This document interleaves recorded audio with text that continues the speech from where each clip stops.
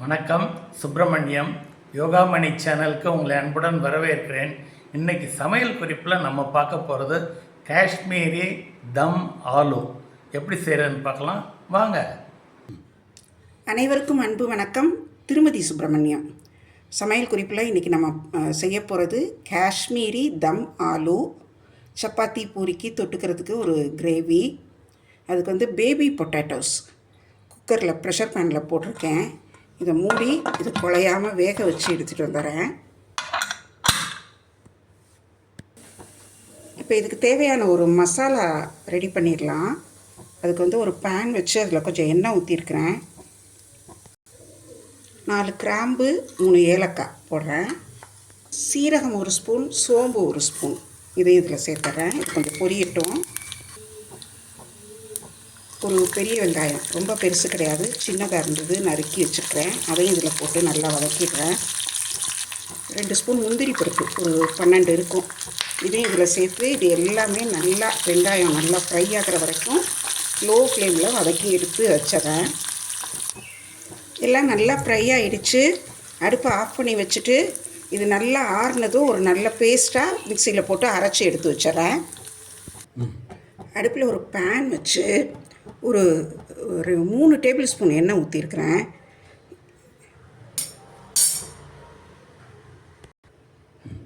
இந்த baby potatoes குக்கரில் வேக வச்சு தோல் உரித்து எடுத்து வச்சுருக்கிறேன். இப்போ இந்த எண்ணெயில் இதை ஷாலோ ஃப்ரை பண்ணிடலாம்.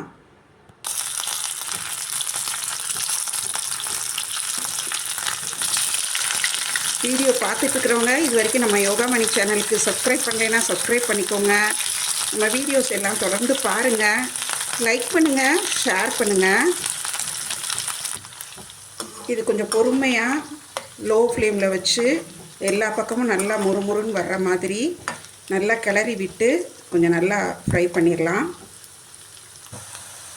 கிழங்கு இந்த எண்ணெயில் கிட்டத்தட்ட ஒரு 4 நிமிஷம் லோ ஃப்ளேம் மீடியம் ஃப்ளேமில் அட்ஜஸ்ட் பண்ணி வச்சு கைவிடாமல் நல்லா திருப்பி விட்டு எல்லா பக்கமும் முறுமுறுன்னு ஆயிடுச்சு.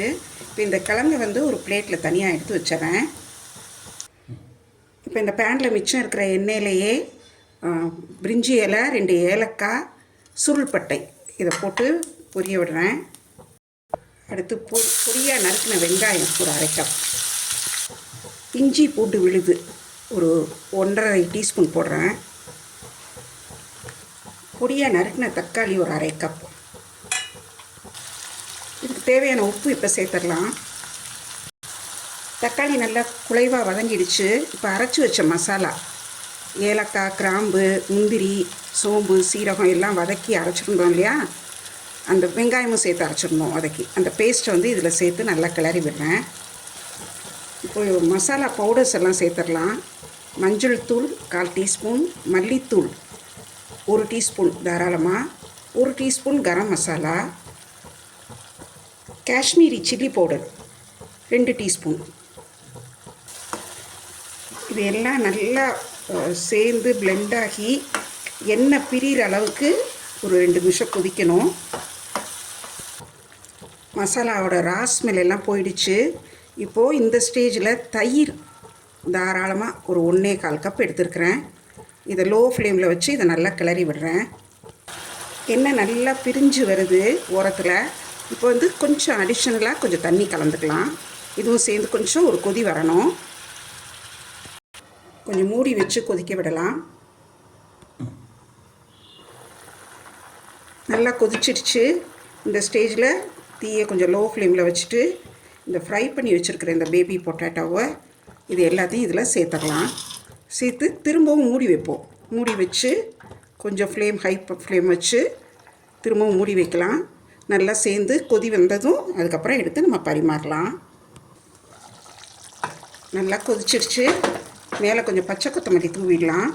தூவி நம்ம எடுத்து பரிமாறிடலாம். டேஸ்டியான காஷ்மீரி தம் ஆலு ரெடி ஆயிடுச்சு.